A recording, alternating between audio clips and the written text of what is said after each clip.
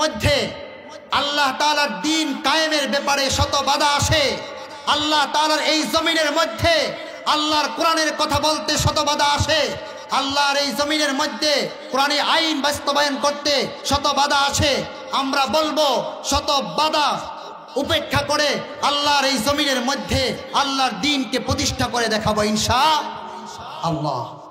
তলোয়ার বাকাট হো কে নাকাল ময়দানে আসির, তলোয়ার बकट हो के नकल मैदान आसिर, दुश्मन की मुकाबिल तो लगा नारे तकबीर, दुश्मन की मुकाबिल तो लगा नारे तकबीर।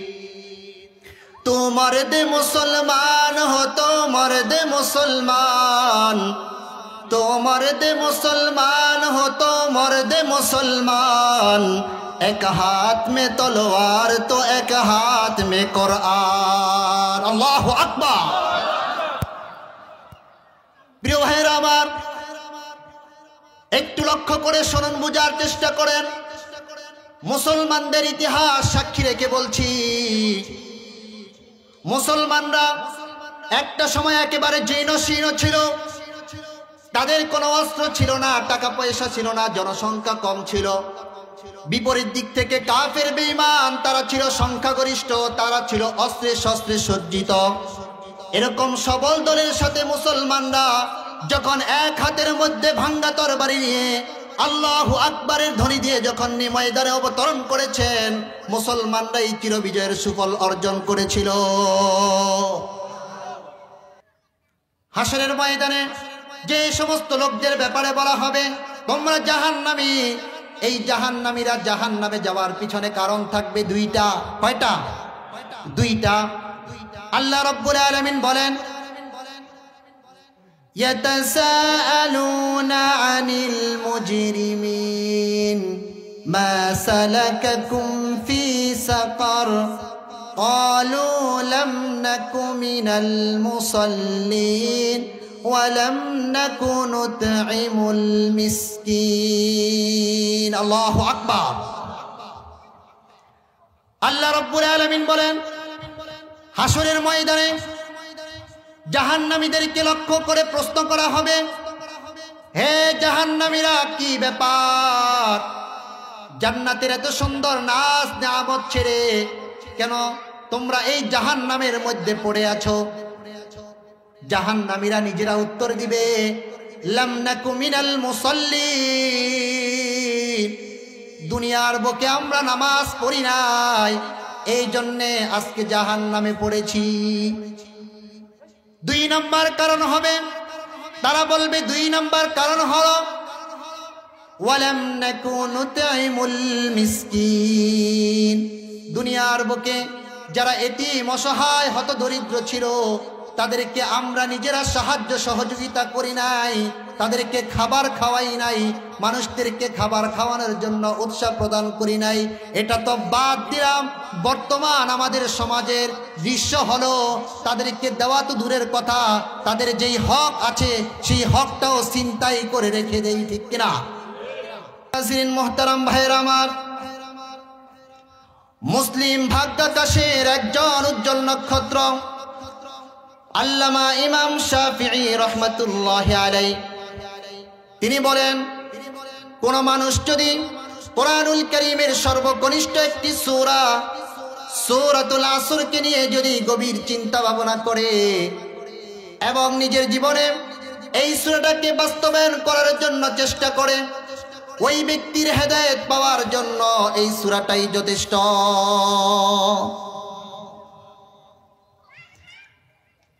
প্যারা হাজিরিন মুহতারাম ভাইরা আমার, রব্বুল আলামিন শুরু করছেন এভাবে, ওয়াল আসরি ইন্নাল ইনসানা লাফি খুসর। ওয়াল আসর, এই আসর, আল আসর এর শুরুতে একটা ওয়াও আছে। এই ওয়াওটা হলো আরবি ব্যাকরণবিদদের বিবেচনায় ওয়াওয়ে কসমিয়া। আল্লাহ কসম করেছেন, সাধারণ কোনো ব্যাপার নয়। প্রিয় বন্ধুরা আমার, আমরা কসম করে থাকি, আল্লাহ রাব্বুল আলামিন কসম করেছেন, দুইটা বিষয় এক নয়, আসমান জমিন পার্থক্য রয়েছে। আমরা কসম করে থাকি দুনিয়ার কোনো বিষয়কে নিশ্চিত সুনিশ্চিত করার লক্ষ্যে আমরা কসম করি শ্রেষ্ঠত্ব বরত্ব বিরাটত্বের বিবেচনায় গোটা পৃথিবীর বুকে আসমানের উপরে জমিনের নিচে যেখানে যান আল্লাহর চাইতে বড় শ্রেষ্ঠত্ব মহত্ব বিরাটত্বের অধিকারী কেউ নাই, ঠিক কিনা? এই জন্য আমরা কসম করে করে থাকি কার নামে? আওয়াজ করে বলেন কার নামে? আল্লাহর নামে কসম করে থাকি। আল্লাহু আকবার এই শব্দটা অনেক বেশি দামি। আল্লাহু আকবার এর ধ্বনি এত পাওয়ারফুল ধ্বনি, আজকে গোটা পৃথিবীর কুফরি শক্তি আমাদেরকে হীনমন্যতায় ভোগাচ্ছে। তারা কি বলে জানেন? কুফরি শক্তি আজকে তারা বলে মুসলমানদের জনসংখ্যা কম, মুসলমানদের অর্থকরী কম, তাদের অস্ত্র নাই, তাদের পারমাণবিক কোনো অস্ত্র নাই, তাদের অ্যাটম বোমা নেই, অতএব মুসলমানরা বিশ্বের সামনে মাথা উঁচু করে দাঁড়াতে পারবে না। এটা বলে। এটা শুনে সরলমনা কিছু মুসলমান তারা মুসলমানদের কাতার থেকে ছিটকে তাদের কাতারে চলে যায়, নাউজুবিল্লাহ। আমি বলবো মুসলমান ভাইয়ের আমার, বুঝুন, বোঝার চেষ্টা করুন।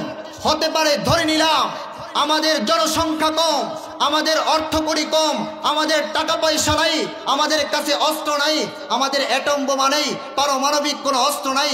বন্ধুরা আমার, কলিজা দিয়ে বুঝেন, বোঝার চেষ্টা করেন। আমাদের কাছে এমন এক দামি সম্পদ আছে, আমাদের কাছে এমন দামি এক নারে তাকবীর আছে, যে নারে তাকবীরের ধ্বনি কাফের বেঈমানদের রাজপ্রাসাদ এবং তাদের হৃদয় রাজ্যের মধ্যে কম্পন সৃষ্টি করে দিতে পারে, ঠিক কিনা?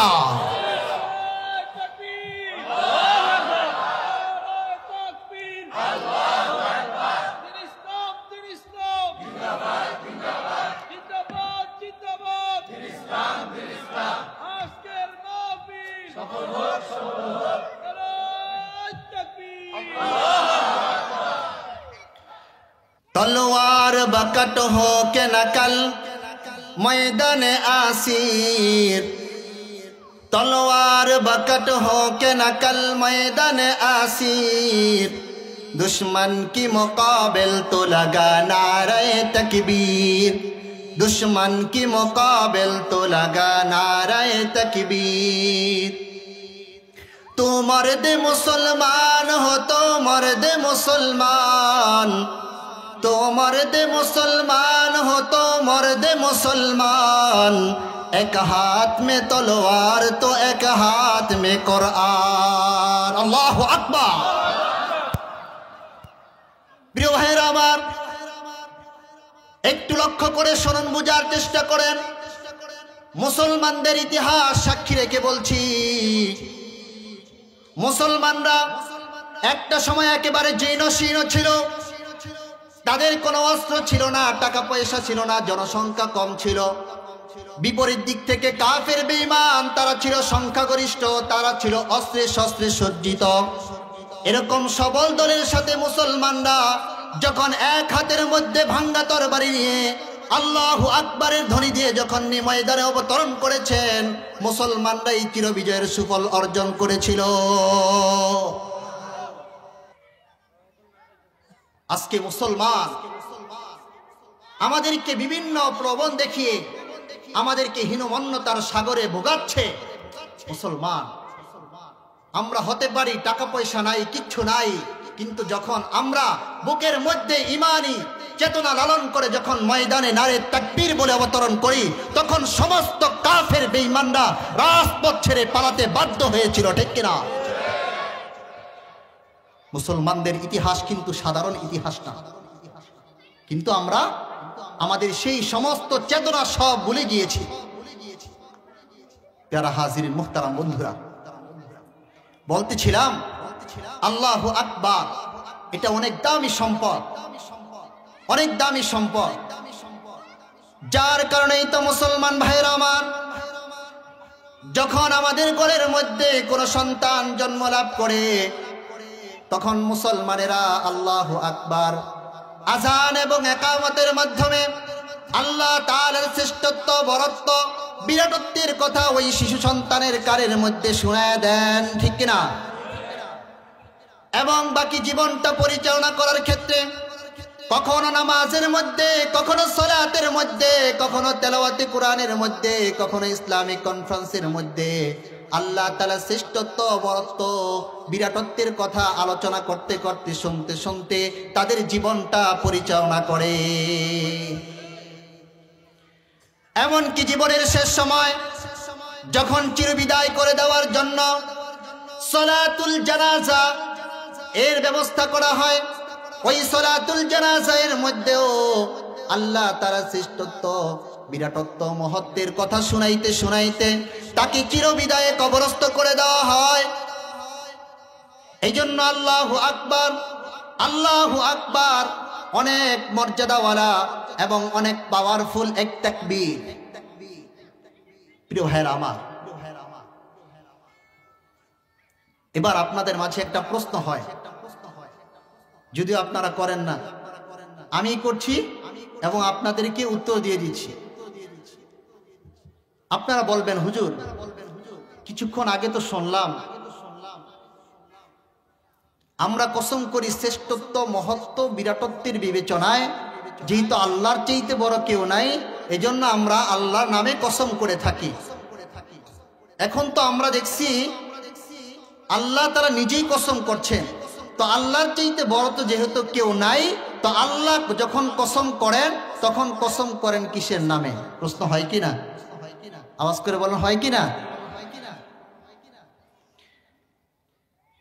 প্রিয় ভাইরা আমার, একটু লক্ষ্য করে শোনেন, আল্লাহ তাআলা কসম করে থাকেন যেহেতু আল্লাহর চাইতে বড় কেউ নাই, আল্লাহর চাইতে বড় শ্রেষ্ঠত্ব মহত্ব বিরাটত্বের অধিকারী কেউ নাই, এজন্য রব্বুল আলামিন যখন কসম করেন আল্লাহ তাআলা যেই বিষয়ে কথা বলবেন ওই বিষয়ের সাথে যার গভীর সম্পর্ক আছে ওই বিষয় নিয়ে রব্বুল আলামিন কসম করেন।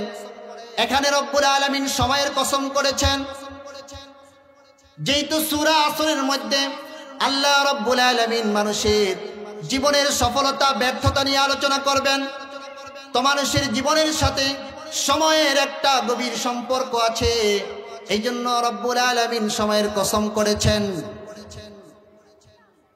কিছু বলবেন না, ঠিকঠাক কিছু বলবেন না। আর কত ঘুমাবে, আর কত ঘুমাবে, তোমার আমার ইমানটাকে নিচ্ছে ওরা ছিনিয়ে, ঠিক কিনা? হে মুসলিম ঘুমিও না আর জেগে ওঠো, ওমর খালিদ আব্বাসী হুঙ্কারে। হে মুসলিম ঘুমিও না আর জেগে ওঠো, ওমর খালিদ আব্বাসী হুঙ্কারে। দেখবে ওদের হৃদয়ে রাজ্যে কম্পন সৃষ্টি হবে, ঠিক না? মুসলমান ঘুমায়েন না ভাই, আর ঘুমায়েন না। অনেক ঘুমিয়েছেন, ঘুমের ঘরে আমাকে হত্যা করে চলে যাচ্ছে। দেশের দিকে একটু চক্ষুটা ভুলিয়ে দেখেন দেশের কি অবস্থা, কি পরিস্থিতি। যাই হোক, সেদিকে আমি যেতে চাচ্ছি না। বলতেছিলাম আল্লাহ তাআলা মানুষের জীবনের সফলতা ব্যর্থতা নিয়ে এই সূরার মধ্যে আলোচনা করবেন। তো এই সূরার মধ্যে যেহেতু মানুষের জীবন নিয়ে আলোচনা করবেন, তো জীবনের সাথে সময়ের একটা গভীর সম্পর্ক আছে, এই জন্য আল্লাহ তাআলা সময়ের কসম করেছে। প্রিয় ভাইয়েরা আমার, মানুষের জীবনের সাথে সময়ের কতটুকু কিরকম সম্পর্ক আছে একটা উদাহরণ দেই, তাহলে বুঝে আসবে। একটু লক্ষ্য করে শুনেন, যেদিন আমি আপনি জন্মগ্রহণ করেছিলাম ওদিন আমার সাথে আল্লাহ রব্বুল আলামিন আমাকে হায়াত নামক একটা সময় প্যাকেজ দিয়েছেন, ঠিক কিনা?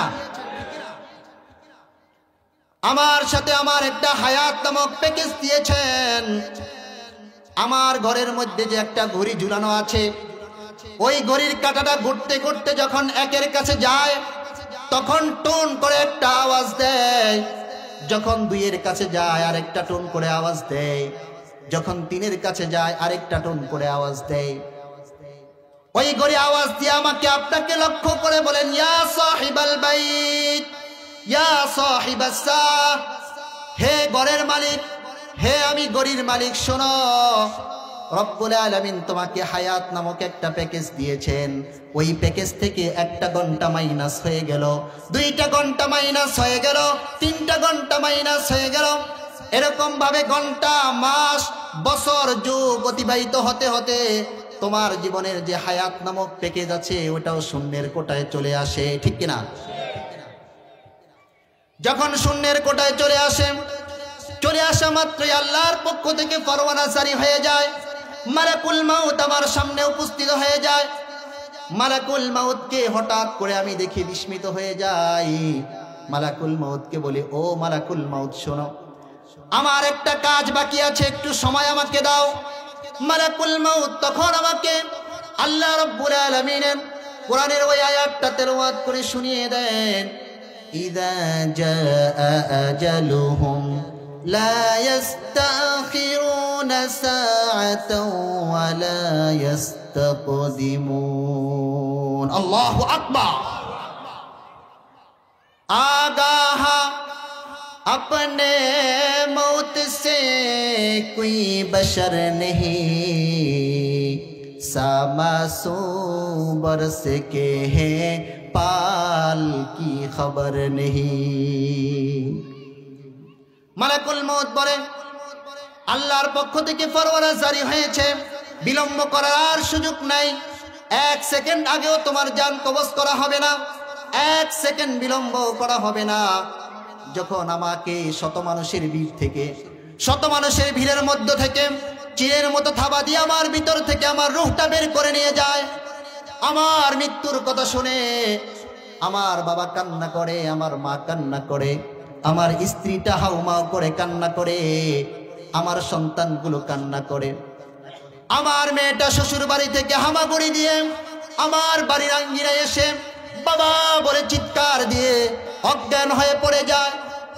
2-4 জন যায় যখন মাথার মধ্যে পানি দিয়ে একটু সুস্থ করে, তখন 2 জনের কাঁধের মধ্যে বর করে আমার মেয়েটা আমি বাবার লাশের কাছে আসে, এসে মাথার মধ্যে হাত বুলিয়ে আমার কপালের সাথে কপাল লাগিয়ে আমার নাকের সাথে নাক লাগিয়ে সে বাবা বলে চিৎকার দেয়, বাবা এই পৃথিবীতে তুমি ছাড়া কোনো ভরসা নাই বাবা, তুমি আমাকে ছেড়ে দুনিয়া থেকে চলে গেলাও, আমি কিভাবে দুনিয়ার জমিনের মধ্যে থাকবো? কেউ কান্না করে আমাকে আপনাকে আর ফিরে আনতে পারবে না, বরঞ্চ দুনিয়ার সমস্ত আত্মীয় স্বজনগুলো আমাকে দুনিয়া থেকে বিদায় করে দেওয়ার জন্য ব্যতিব্যস্ত হয়ে পড়বে। কেউ বা দিবে আখিরি গোসল, কেউ বা দিবে আখিরি গোসল, কেউ বা আনবে আতরদানি, ঠিক কিনা? আমার আত্মীয় স্বজনগুলা কেউ জঙ্গলার মধ্য থেকে বাঁশঝাড় থেকে বাঁশ কাটা শুরু করে দিবে, কেউ কবরস্থানে গিয়ে কবর কাটবে, কেউ ওই বাজারে যায় দর্জির দোকান থেকে কাপড় কেটে আনবে, কেউ গিয়া আতর টুপির দোকান থেকে আতর গোলাপ সুরমা নিয়ে আসবে। আমাকে যত সম্ভব দ্রুত সাজিয়ে গুছিয়ে দুনিয়া থেকে বিদায় করে দেওয়ার জন্য আমাকে গোসলখানায় ঢুকায় দেওয়া হবে। গোসলখানায় যখন ঢুকাবে, যারা গোসল দিবে দুনিয়ার পোশাকগুলো একটা করে খুলে ফেলবে, আমাকে দুনিয়া থেকে কিছু নিয়ে যাওয়ার জন্য দিবে না, আমার দামি পোশাকগুলো একটা করে খুলে ফেলবে। খুলতে খুলতে এমন হবে আমার 70 টাকার জন্য যে লঙ্গি পায়জামা ছিল সেটাও খুলে ফেলবে, ঠিক না? আমার কোমরের মধ্যে যে একটা কালো ধাগা ছিল সেটাও কেচি দিয়ে খুলে তারা ছিঁড়ে রেখে দিবে, ঠিক না? সেটাও নিয়ে যেতে আমাকে দিবে না। আমাকে ভালো করে গোসল দিয়ে সাদা দবদবে কাপড় এটা দিয়ে পেঁচিয়ে আমার বাড়ির আঙ্গিনায় বা উঠানের মধ্যে একা একা ফেলে রাখবে। আমাকে সেখানে ফেলে রাখবে।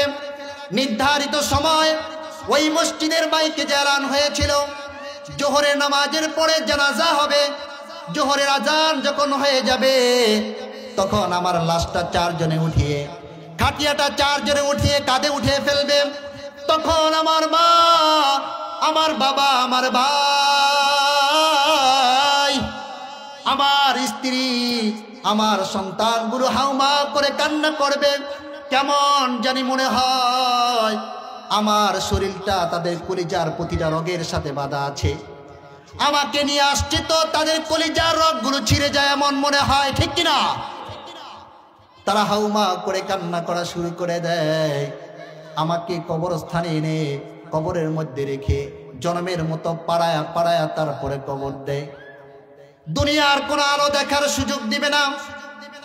চতুর্দিক থেকে একজন বলে ওদিক দিয়ে পাড়া দাও, ওদিক দিয়ে পাড়া দাও। ফাঁকা জায়গা দেখা যায়, দুনিয়ার আলো যাবে, পানি যাবে, যেন না যেতে পারে। ভালো করে পাড়ায়া পাড়ায়া তারপরে কবর দাও। ভুল বললাম কিনা বাবা? আওয়াজ করে বলেন, ভুল বললাম কিনা? আমাকে আপনাকে চিরবিদায় করে দেওয়া হবে, কেউ রাখতে পারবে না। যাই হোক, বলতেছিলাম যে সময় আমাদের জীবনের মধ্যে যে একটা ইম্পর্টেন্ট অধ্যায়, এটা বুঝাইতে চাইছিলাম। আল্লাহ রাব্বুল আলামিন সময়ের কসম করে সময়ের অত্যন্ত গুরুত্বের কথা বুঝাতে চেয়েছেন। আচ্ছা বলেন তো, হাসরের ময়দানে যারা জাহান্নামী হবে তারা অনেক আফসোস করবে, ঠিক না? কিন্তু জান্নাতীরা তো আফসোস করবে না, ঠিক না? আমি জানতাম আপনারা এই উত্তরটা দিবেন, আমি জানতাম এই উত্তরটা আপনারা দিবেন। প্রিয় বাবাজিরা আমার, একটু লক্ষ্য করে শোনেন, বুঝার চেষ্টা করেন। হাসরের ময়দানে জাহান্নামীরা তো আফসোস করবে, জান্নাতি যারা হবে তারাও ব্যাপক হারে আফসোস করা শুরু করে দিবে। হায়রে দুনিয়ার বুকে আল্লাহ আমাদেরকে যে সময় দিয়েছিল, সময়, এই সময়গুলো যদি আমরা গীবত, শিকায়েত, চুগলখুরি, চায়ের দোকানে বসে না শেষ করে, মসজিদের ইমাম মুয়াজ্জিনদের ব্যাপারে সমালোচনা না করে যদি সময়গুলো যদি শেষ না করতাম, ওই সময়গুলো যদি আল্লাহর জিকির, কোরআন তেলাওয়াত, নামাজের মধ্যে কাটাইতাম, তাহলে আজকে জান্নাতের মধ্যে আমার প্রমোশন আরো বেশি বৃদ্ধি হতো, ঠিক কিনা? मौत को समझा है गाफिल, मौत को समझा है गाफिल, इख्तिताम जिंदगी दर हकीकत मौत तेरे, इब्तिदाए जिंदगी दर हकीकत मौत तेरे, इब्तिदाए जिंदगी। अल्लाहु अकबर। প্রিয় বাবাজিরা আমার, আল্লাহ সময়ের কসম করে বলছেন পুরা পৃথিবীর মানুষ ক্ষতিগ্রস্ততার মধ্যে পড়ে গিয়েছে। তো সময় যাচ্ছে তো গোটা পৃথিবীর মানুষ ক্ষতিগ্রস্ততার মধ্যে পড়ে যাচ্ছে। তবে যাদের মাঝে চারটা গুণ আছে তারা ক্ষতি থেকে বেঁচে যাবে। কয়টা গুণ? চারটা গুণ। আল্লাহ বলছেন, ইল্লাল্লাযীনা আমানু ওয়া আমিলুস সালিহাতি ওয়া তাওয়াসাউ বিল হাক্কি ওয়া তাওয়াসাউ বিস সাবর। এই চারটা গুণ যাদের মাঝে থাকবে তারা ক্ষতি থেকে বেঁচে যাবে। প্রিয় হাজিরিন ভাইরা, আল্লাহ তাআলার এই কথাগুলো যেন এমন মনে হচ্ছে যে আল্লাহ তাআলা দুনিয়ার পরীক্ষক পরীক্ষার্থীর মতো একটা দৃষ্টান্ত পেশ করছেন, এরকম মনে হচ্ছে। কেমন? দেখেন, দুনিয়ার বুকে এদিক তাকান, কে কি করে এটা দেখার দরকার নেই, আপনার এদিকে তাকান, আমার দিকে মুখ করেন। ধরেন যারা দুনিয়ার বুকে পরীক্ষা দেয় তাদের একটা নির্দিষ্ট সময় থাকে কিনা? 4 ঘন্টা, 4.5 ঘন্টা, এরকম একটা সময় থাকে না ফিক্সড করা? ধরেন 4 ঘন্টা সময় এক পরীক্ষার্থীর জন্য ফিক্স করা আছে।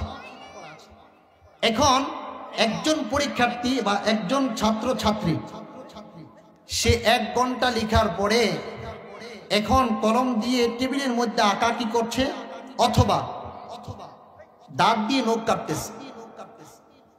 তখন একজন শিক্ষক হল রুমে ঢুকে এই দৃশ্য দেখার পরে তার মাথার মধ্যে ধাক্কা দিয়ে ঘড়ির দিকে ইশারা করে বলবেন, আরে ব্যাক কল, সময় শেষ হয়ে যাচ্ছে, খুব দ্রুত লেখে ভালো একটা রেজাল্ট করে জীবনের জন্য একটা ভালো সফল কাম একটা সার্টিফিকেট অর্জন করে নাও। এরকম বলে কিনা? আওয়াজ করে বলেন, বলে কিনা? ঠিক তদ্রুপ ভাবে মোহতারাম ভাইয়ের আমার, রব্বুল আলামিন কেমন জানি ওয়াল আসর বলে আমাদেরকে বলছেন, এই দুনিয়ার মানুষ, হে আমার গোলামেরা শোনো, তোমাদের সময় শেষ হয়ে যাচ্ছে, সময় শেষ হয়ে যাচ্ছে। ওই সময় শেষ হওয়ার আগে তোমরা আমাল সালিহা করে, নেক কাজ করে তোমাদের জীবনের জন্য হাসরের ময়দানে যেন একটা ভালো সার্টিফিকেট পাও, যে সার্টিফিকেট তোমাদের জন্য সফলতা বয়ে আনবে।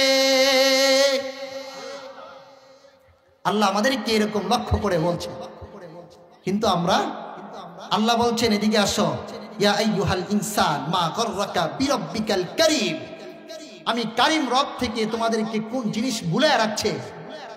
আল্লাহ ডাকে আমাদেরকে এদিকে, আমরা চলছি ওদিকে। আল্লাহ ডাকে আমাদেরকে ডান দিকে, আমরা চলছি বাম দিকে।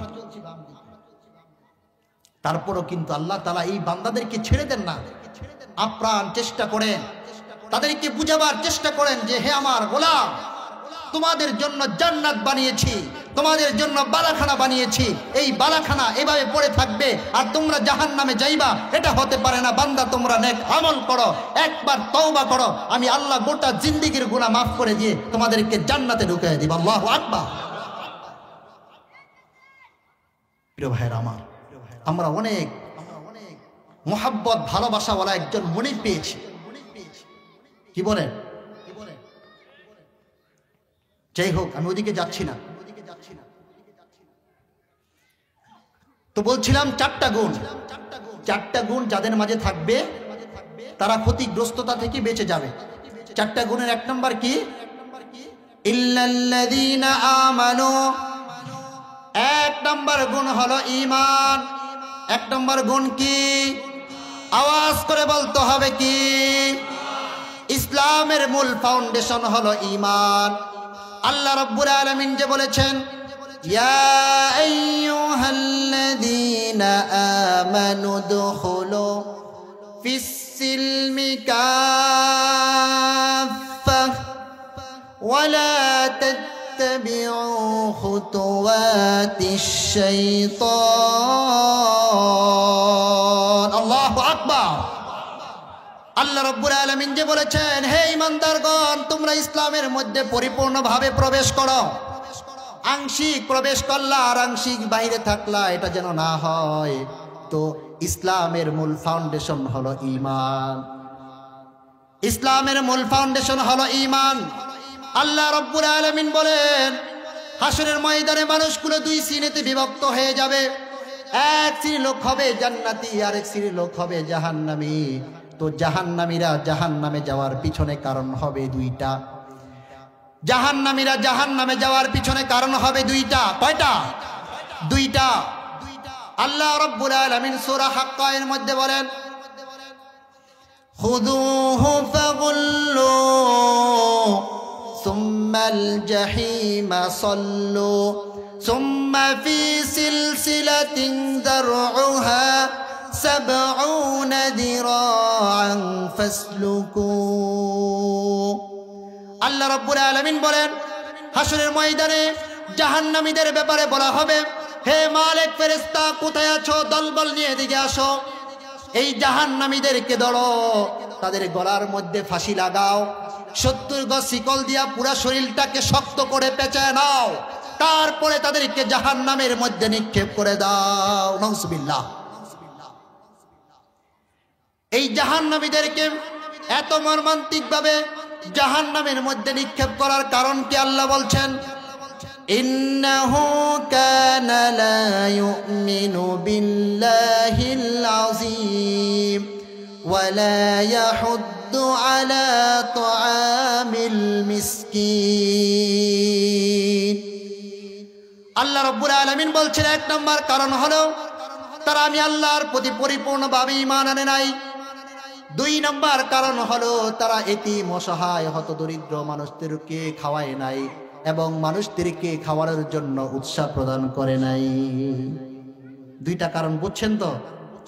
যেটা ইম্পর্টেন্ট বিষয় এখানে সেটা কি? ঈমান না আনা। জাহান্নামীদেরকে জাহান্নামে ফেলার এক নাম্বার কারণ কি? আওয়াজ করে বলেন, ঈমান না আনা। এবার বলবেন হুজুর আমরা তো ঈমান আনছি, একবারে ঈমানের বড় বোঝাটা আমার একবারে সামনে রেখে দাঁড়িয়েছি, সমস্যা নাই। যদি আল্লাহকে বলি আল্লাহ মেনে নিবেন? আল্লাহ আমাদের দিলের অবস্থা জানেন না? কি বলেন, জানেন কি জানেন না? আল্লাহ কোরআনে কারীমের মধ্যে বিভিন্ন জায়গার মধ্যে বিভিন্ন উদাহরণ পেশ করেছেন, এক্সাম্পল পেশ করেছেন। তার মধ্যে সবচেয়ে বড় একটা এক্সাম্পল হলো মানুষগুলো আল্লাহর প্রতি ঈমান না এনে আল্লাহকে বলে আল্লাহ আপনার প্রতি ঈমান এনেছি। আল্লাহ রাব্বুল আলামিন বলেন এই দুনিয়ার মানুষগুলো দুনিয়ার মানুষের সাথে বাটপারি সিটারি রংবাজি মক্করবাজি করতে করতে তাদের এতটা সাহস হয়ে গিয়েছে আমি আল্লাহর সাথেও শেষ পর্যন্ত মক্করবাজি করা শুরু করে দেয়। ঠিক কিনা? দেখেন না অনেক সময় এমন হয় যারা বাংলাদেশে আন্তর্জাতিক চোর, আন্তর্জাতিক চোর, তারা কি একেবারে আন্তর্জাতিক হয়ে গিয়েছে? এক লাফে আন্তর্জাতিক হয়েছে না। তারা একটা সময় 10 টাকা নোট চুরি করত, 100 টাকা, 500 টাকা, 1000 টাকা, 1 লক্ষ টাকা, এরকম ভাবে চুরি করতে করতে এমন হয়েছে শেষ পর্যন্ত বাংলাদেশ ব্যাংক তাদের হাত থেকে নিরাপদ নয়, বাংলাদেশের সংসদ ভবন তাদের হাত থেকে নিরাপদ নয়, এবং কি আল্লাহর ঘর মসজিদও তাদের হাত থেকে নিরাপদ থাকে না। ঠিক কিনা? প্রিয় ভাইয়েরা আমার, বলতেছিলাম আমরা মানুষ আল্লাহর সাথেও মক্করবাজি করা শুরু করে দিই। আল্লাহ সব জানেন। আল্লাহ কোরআনে কারীমের মধ্যে বলেন ওয়া মিনান নাসি মান ইয়াকুলু আমান্না বিল্লাহি ফাইদা উদিয়া ফিল্লাহি জাআলা ফিতনাতান নাসি কাআযাবিল্লাহ ولئن جاء نصر من ربك ليقولن إنا كنا معكم أوليس الله بأعلم بما في صدور العالمين الله أكبر আল্লাহ রাব্বুল আলামিন বলেন দুনিয়ার মানুষের মধ্যে এমন কিছু মানুষ আছে যারা বলে মালিক আপনার প্রতি আমরা পরিপূর্ণ ঈমান এনেছি, অতঃপর যখন এই সমস্ত লোকগুলা আমি আল্লাহর রাস্তায় চলতে গিয়ে যখন কোনো পরাশক্তির পক্ষ থেকে কোনো কষ্ট ক্লেশ তাদেরকে আক্রমণ করে তখন এই কষ্ট ক্লেশকে আল্লাহর পক্ষ থেকে দেওয়া আযাবের মতো কঠিন মনে করে মুসলমানদের দলকে ছেড়ে দিয়ে তাদের দলভুক্ত হয়ে যায়। এমন মুসলমান বাংলার জমিনে আছে না নাই? আল্লাহ রাব্বুল আলামিন বলেন এরাই আবার যখন আল্লাহর পক্ষ থেকে নুসরত আসার পরে যারা আল্লাহর পথে ছিল তারা বিজয় হয়, তখন এই সমস্ত মুনাফিক মার্কা তারা বলে ভাই তোমরা তো বিজয় হয়েছ, তোমাদের সাথে আমরা আন্তরিকভাবে ছিলাম, পিঠটা বাঁচাবার জন্য শুধু তাদের দলে ডুব দিয়েছিলাম, এখন যেহেতু তোমরা বিজয় হয়েছ তোমাদের বিজয়ের সুফলের সাথে আমাদেরকেও শরীক করে নাও। এমন মুসলমান বাংলার জমিনের মধ্যে আছে না নাই? আল্লাহ রাব্বুল আলামিন বলেন এরা কি জানে না, তোমরা কি জানো না গোটা পৃথিবীর মানুষের অন্তরের মধ্যে কি আছে আমি আল্লাহ জানি? এটা কি তোমরা জানো না? কি রাজাবাড়ি চরের মুসলমান আপনারা জানেন কি জানেন না? আল্লাহ যে মানুষের দিনের অবস্থা জানেন এটা আপনারা জানেন কি জানেন না? জানেন? আল্লাহ বলছেন আপনারা হয়তো চুপ থাকবেন, আল্লাহ বলেন আমি তোমাদেরকে বলে দিচ্ছি وَلَيَعْلَمَنَّ اللَّهُ الَّذِينَ آمَنُوا وَلَيَعْلَمَنَّ الْمُنَافِقِينَ আল্লাহু আকবার। আল্লাহ রাব্বুল আলামিন বলেন, গোটা পৃথিবীর মানুষের মধ্য থেকে কারা আমি আল্লাহর প্রতি ঈমান এনেছে তাদের অবস্থাও আমি আল্লাহ জানি, আর কারা মুনাফিকি আখলাক অবলম্বন করছে তাদের অবস্থাও আমি আল্লাহ জানি। আল্লাহ সব জানেন। প্রিয় ভাইরা আমার, যদি আল্লাহর প্রতি আনি আমরা স্বচ্ছ ঈমান, যদি নেই আমরা মৃত্যুর প্রস্তুতি, বের হবে আখলাকে মুনাফিকি, প্রবিষ্ট হবে আখলাকে নববী। ঠিক কিনা? আল্লাহর প্রতি পরিপূর্ণ ঈমান আনতে হবে, মৃত্যুর কথা স্মরণ করতে হবে। যদি মৃত্যুর কথা আমরা পরিপূর্ণভাবে স্মরণে রাখতে পারি, তাহলে আমাদের ভিতরে মুনাফিকি আখলাক কখনো ঢুকবে না। এবার যদি বলি যে আপনারা কি মৃত্যুর সবসময় প্রস্তুতি নিয়েছেন, সকলে হাত দুটোটা উঠে ফেলবে যে আমরা মৃত্যুর জন্য প্রস্তুতি আছি। কিন্তু দেখা যাবে যে কাজগুলো করা দরকার, এই কাজগুলো একটাও আমাদের মধ্যে নাই। যাই হোক, আমার এলাকার মানুষ তো সকলে, কেউ আমার ভাই, কেউ আমার বাবা, কেউ আমার চাচা, আপনাদেরকে আমি লজ্জা দিতে চাই না। যাই হোক, 2 নম্বর অপশনের কথা, 4টা অপশন মনে আছে তো? 4টা গুণের কথা মনে আছে তো? যে বলছিলাম সময় যাচ্ছে তো মানুষ ক্ষতিগ্রস্ততার মধ্যে পড়ে যাচ্ছে, তবে যাদের মধ্যে 4টা গুণ থাকবে তারা ক্ষতিগ্রস্ততা থেকে বেঁচে যাবে। 4টার একটা গেল, একটা কি? ঈমান।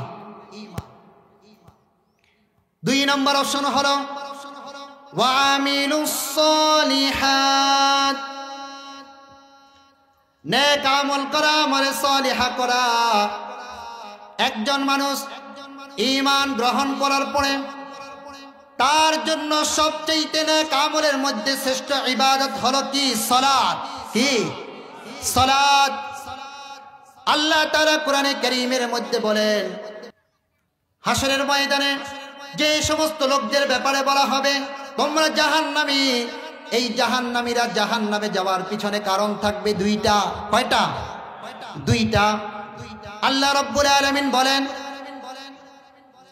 ইয়াতাসাআলুনা আনিল মুজরিমিন মা সালাকাকুম ফি সাকার ক্বালু লাম নাকু মিনাল মুসাল্লিন ওয়ালাম নাকু নুতঈমুল মিসকিন। আল্লাহু আকবার।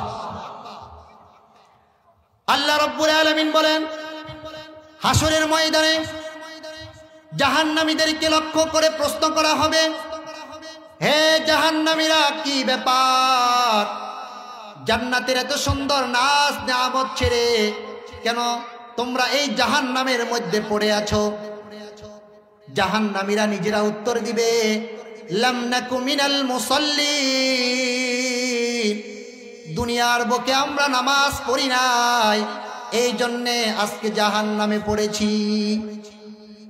2 নম্বর কারণ হবে, তারা বলবে 2 নম্বর কারণ হলো ওয়ালাম নাকু নুতঈমুল মিসকিন, দুনিয়ার বুকে যারা এতিম, অসহায়, হতদরিদ্র ছিল তাদেরকে আমরা নিজেরা সাহায্য সহযোগিতা করি নাই, তাদেরকে খাবার খাওয়াই নাই, মানুষদেরকে খাবার খাওয়ানোর জন্য উৎসাহ প্রদান করি নাই।